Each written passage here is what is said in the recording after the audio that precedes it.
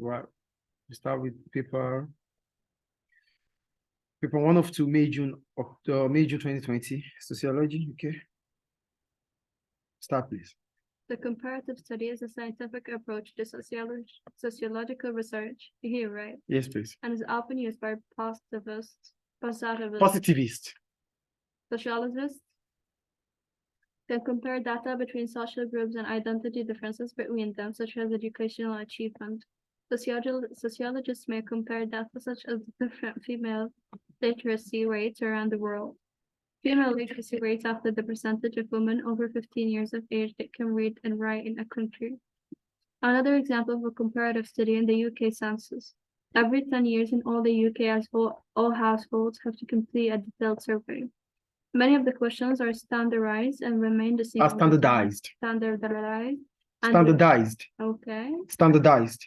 Standardized.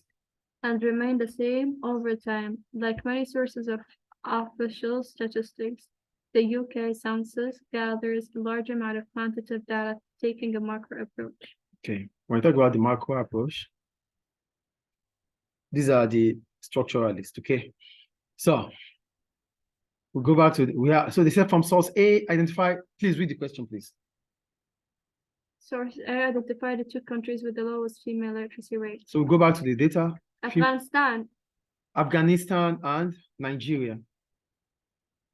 Yeah, so those are the 2 countries. So that's question 1A, Afghanistan and Nigeria. Question 1B. Identify 2 methods that could be used by positivists. Positivists, because they use their scientific approach, so they use experiments. They could use experiment. They could use survey, because it's about quantitative data. Okay. Yes, we go to question 1C. Using information from source A, describe 2 reasons why researchers use official statistics. They use official statistics because one, more accurate. It's more accurate. Yes, it can be generalized. Thank you. So we go to 1D. You said it 1D. Describe 2 limitations of using case studies and sociological research. The first problem about using case studies is gathering information. What? Gathering information. Is that the problem? A problem. It's a problem. I think about a problem. So the first problem is about it's time consuming. Yeah, it takes time, and the findings may also apply. The findings in the past, so it might not outdated. It's outdated. Yes, thank you. So go to question 1E.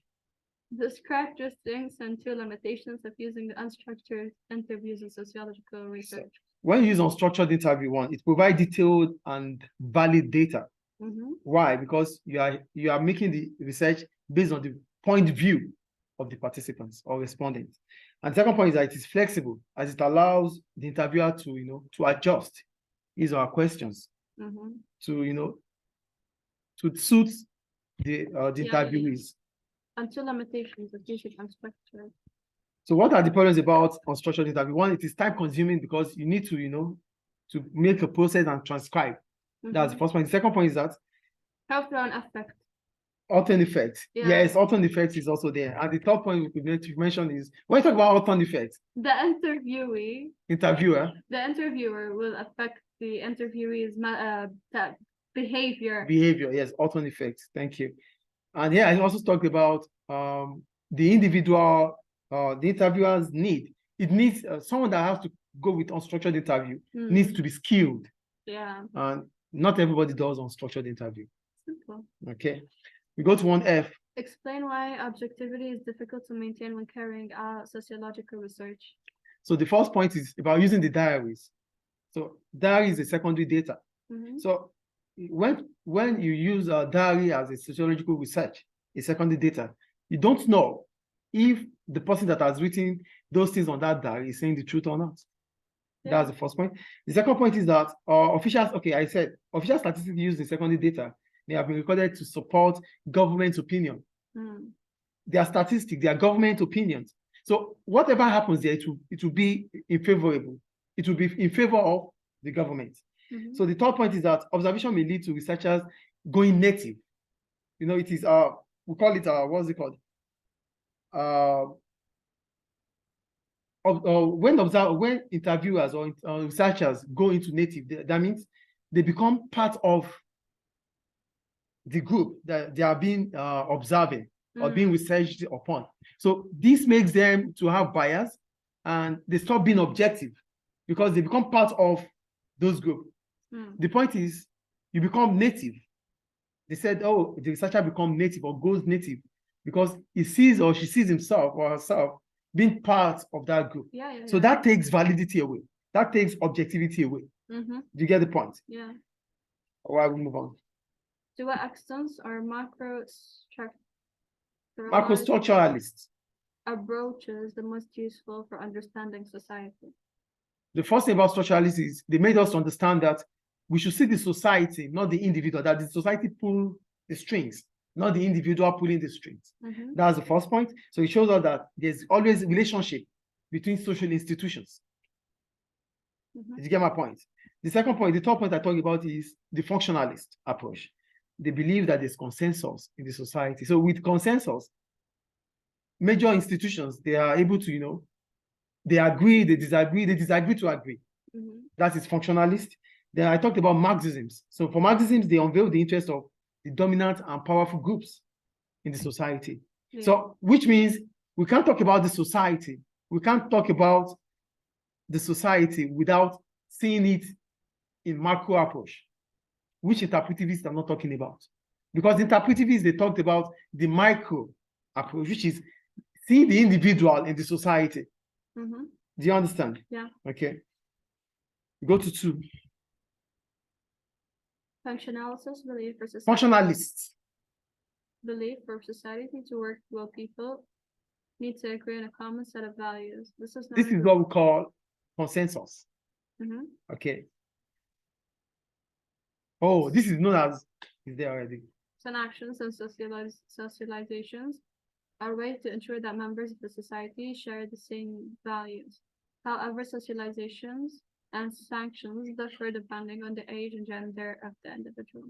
What is meant by the term sanction? We're talking about sanctions. Sanctions are punishments or rewards that makes people to behave in an acceptable way. That makes people to have an acceptable behavior.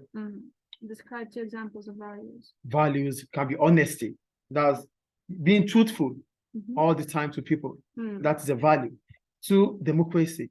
People having the right to vote for their leaders, their values. Wealth, its values too. Bravery, its value. Explain how traditional masculinity is changing. Masculinity. Say that again, please. Masculinity. What did I say? Okay, read now. Explain how traditional masculinity is changing. So first you have to define what masculinity is. Masculinity is the attitude of males. The acceptable behavior that males will have in a particular culture. That is masculinity. Then, how has traditional masculinity changed over time? 1, men are now likely to show their emotions. We talked about it already. That they are now likely to show their emotions and talk about their relationships. Number 1. Men's now, they come up with, they use, they take care of their appearances. They use cosmetics, they do plastic surgery. The third point I made is fathers are creating emotional attachment with children, which is always known to be for the mother before. You get the point? Did you get it? Or you're not convinced? Yeah, no, I'm not. About what I said now? The relationship between the son and his father. Yeah, what I'm saying that now is that fathers these days are having emotional attachment with their children. Not because normally moms takes care of the emotional aspect of the family, of the home. But these days, fathers, they do too. They try to see. Do you think it is something wrong? It's right, but it's not always like that before now. Things have changed over time. Yeah. That's the point. Is it clear now? But you mentioned that with men having plastic surgeries and men taking care of their appearances. Those are 2 negative points. Why did you? No, they're not negative points. Would you have a plastic surgery? No. So what? Would you have a plastic surgery? No. Then it's a negative point. Nobody accepts a man having a plastic surgery. So it's a negative point. Whatever you see it as, you might see it as being negative, but the point we are making here is that things has changed from the traditional way to the modern industrial era. So men having plastic. You shouldn't punch the last point with those 2 points, because it's going to be considered as something negative if a father takes care of his kids' emotions and take care of the emotional side of his family. Is it bad? It's not bad, but you mentioned that with 2 bad things. What are those things? Men having plastic surgeries. Sorry, you could even cut it from the video, but you've just mentioned traits of gays.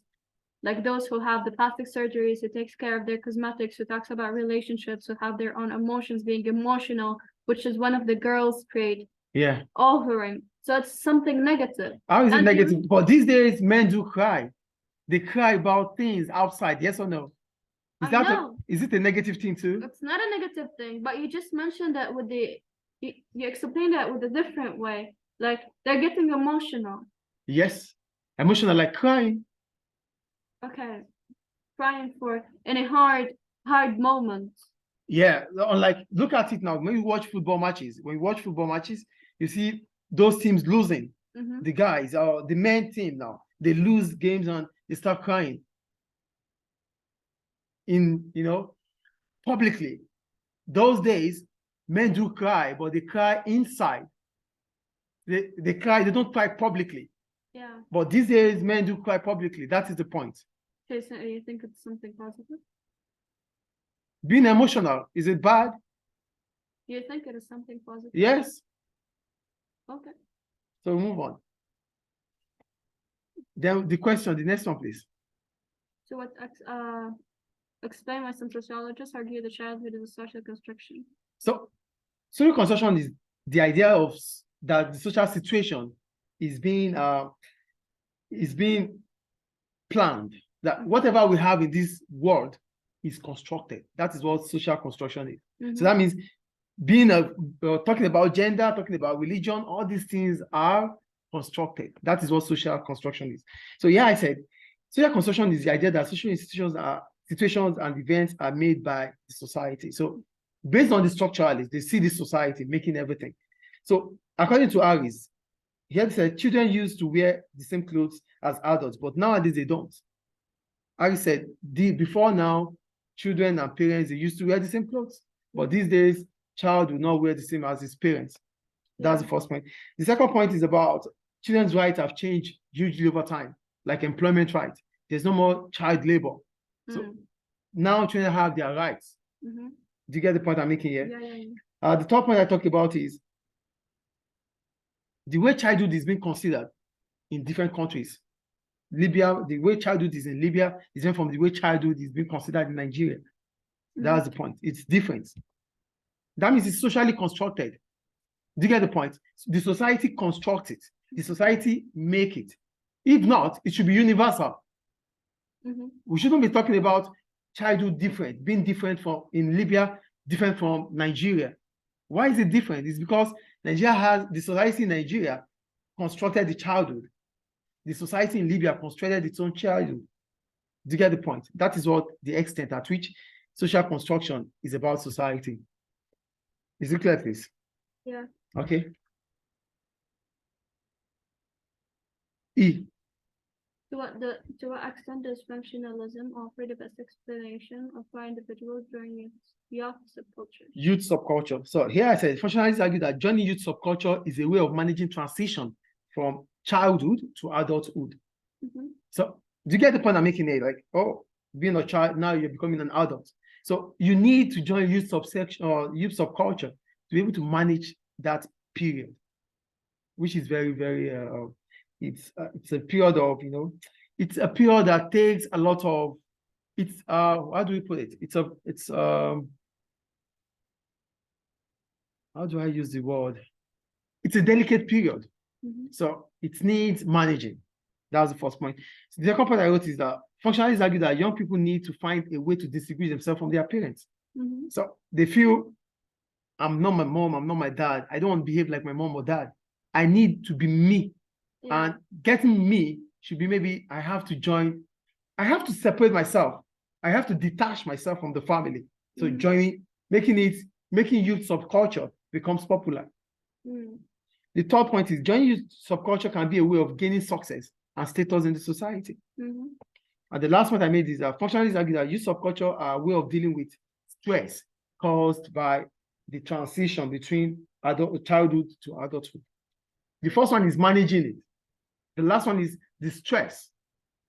The stress you go through makes you to like, I want to waive all these things. let me just be part of this group. Clear. That's all about that chapter? Yeah. Okay.